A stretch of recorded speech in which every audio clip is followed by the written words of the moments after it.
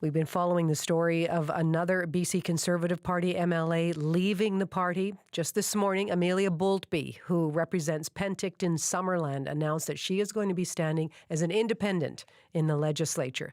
Boultbee is the fifth MLA to either resign or be kicked out of the party since the provincial election 1 year ago. And Amelia Boultbee is on the line with us right now. Hello there, and a good afternoon to you.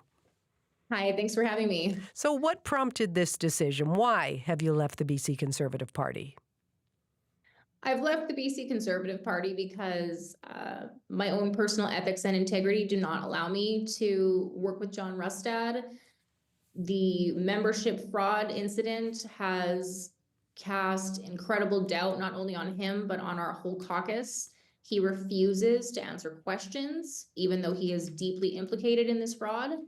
When asked, his response is that I am too young, I don't know anything, and that it's insubordinate for me to ask a question. I don't think that's the kind of response you get from a real leader who has nothing to hide. As soon as his leadership results came in and he felt he could act with impunity, he immediately began crushing dissent within his own ranks. And I feel that my own personal integrity will not allow me to work with this man anymore.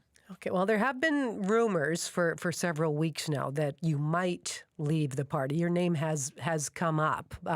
You did show your support online of MLA Eleanor Sturko, who was kicked out of caucus a month ago.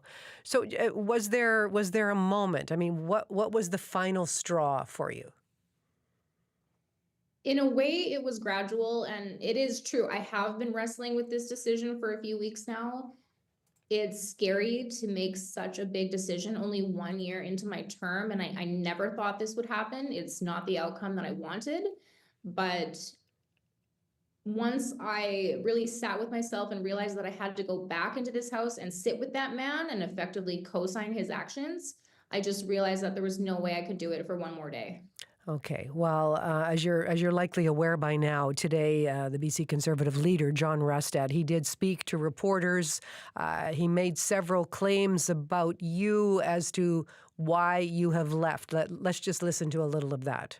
There's obviously a number of things I mentioned, whether that is parental rights in Misogyny, whether that is her comments on social media with regards to anti-Semitism and support of Hamas's position,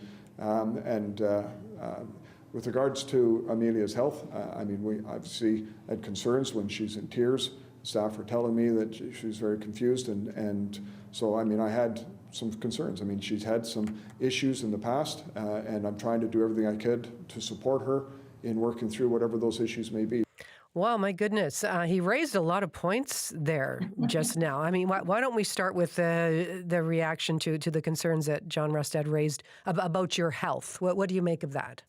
I mean, I honestly burst out laughing when I heard that clip. It is so unbelievable that his misogyny is so deep that he says, oh, she's crazy and she likes terrorists. Of course, none of that is true. It shows how desperate John is to cast aspersions however he can. I did seek help for my mental health 5 months ago due to a child abuse case that I was working on that I became quite distressed about. I shared that with him in confidence. My health is great. I'm in great shape. And he's simply weaponizing information that is personal to me in order to, cast doubt on me. And I think it's utterly shameful that a man who is trying to be the premier could say something like that when so many British Columbians struggle with their mental health. And it's important that as leaders, we're okay to say, hey, that doesn't mean you're a bad person. It doesn't mean it's a character flaw. Don't be ashamed. Get some help. So how is the public supposed to react to that when they hear him doing that to me? Well, and something else in his comment that we heard just now, John Rustad referenced comments on social media with regards to anti-Semitism, support of Hamas. Do you know what he's referencing there? Of course, this is ludicrous. I know what he's referencing. I made a post on the same day as the United Nations declared the war in Gaza a genocide, and I decried the violence in the region in general. John is, as usual, really misrepresenting. And to say that I support terrorists on that basis is just, he's demonstrating to the public why no one can trust him. Has he ever raised that with you before, that particular post? No, he hasn't. This is the first time it's come up. Nor has he raised my mental health with me either. He claimed today that the party offered me a leave of absence. That's a lie. The conversation never happened. This is what's wrong with John Rustad. He will say anything to cast doubt on the people who challenge him. I knew he was going to try and say something to discredit me because that's what he does to women, but I didn't know what he was going to say. But even I was shocked at how low he has stooped today. John Rustad also suggested you have been the source of leaked information from the party. Have you ever shared internal BC Conservative Party information? No, I have not. I've never leaked anything. He did accuse me a few weeks ago of being the leak. Recall that he also said that Eleanor was the leak. Remember that? And then when the leaks continued, he doesn't know who the leak is. He's accused 6 or 7 people of being the leak. I mean, has anyone checked John's phone lately? What's he up to? Because the deputy whip searched my phone and found nothing in it. Okay, So please continue. if John's going to continue saying that about me, he's going to get a letter from my lawyer. He better have proof if he's going to accuse me of something like that. Were you in the room when phones were searched? That's a story that emerged a few weeks ago that members of the caucus had their cell phones searched to search for a leak. Yes, I was. And my phone was searched and nothing was found because I'm not the leak. How did you feel about that even happening? I wish that I had handled it differently. I should never have let that happen. It happened so fast and I was so shocked that before I could really formulate a thought, it was over. But of course, it's incredibly inappropriate to search someone's personal cell phone, not even the work phone. And it just shows how off the rails John Rustad is.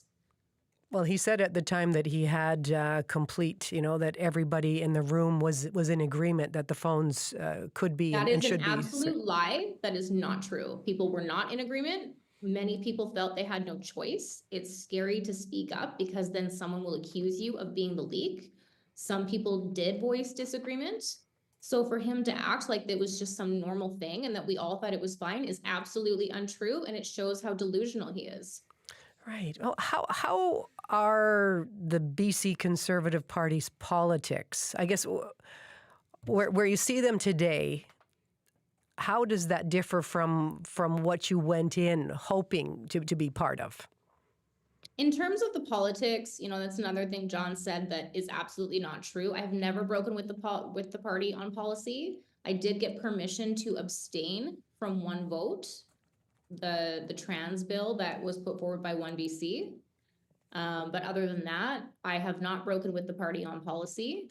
I would say the policies are good. The only thing is that John is constantly distracted by every single silly little culture war that crosses his desk.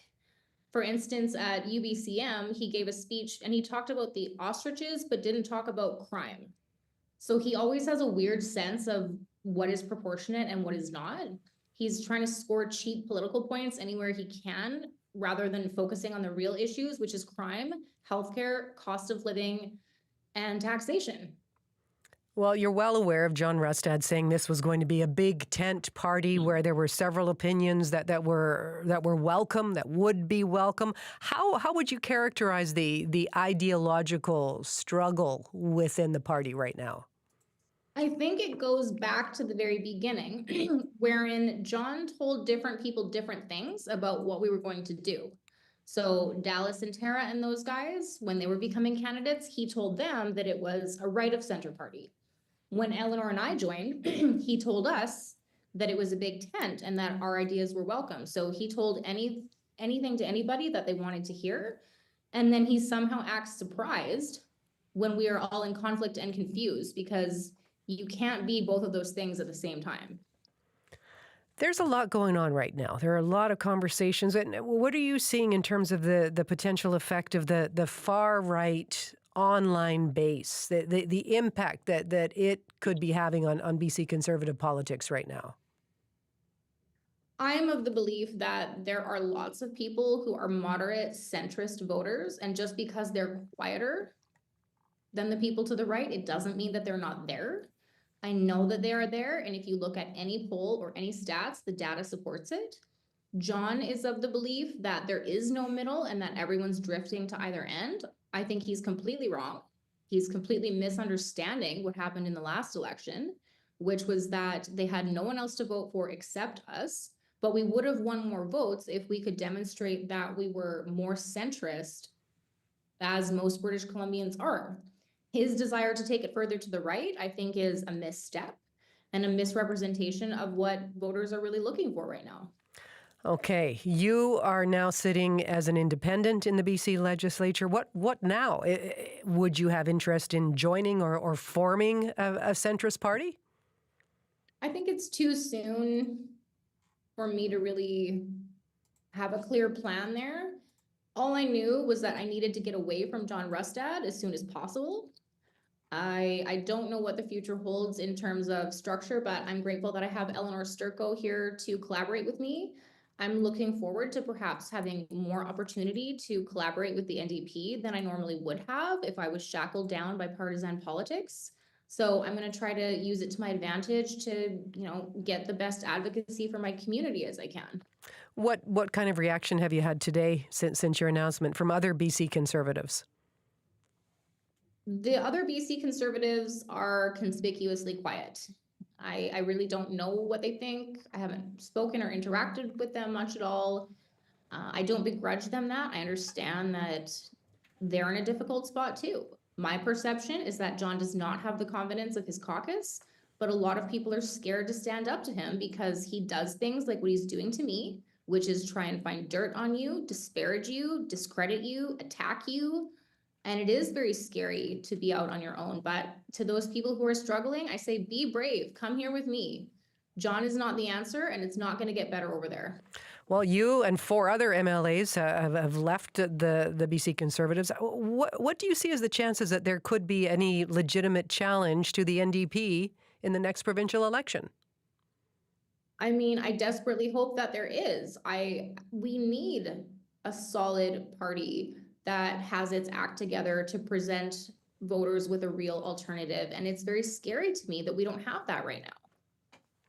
Amelia Boultbee, thank you very much for your time. Perhaps we'll have an opportunity to connect again. Thank you so much for having me. That is Amelia Boultbee, the MLA for Penticton-Summerland. Earlier today, she announced she is leaving the BC Conservative Party to sit as an independent.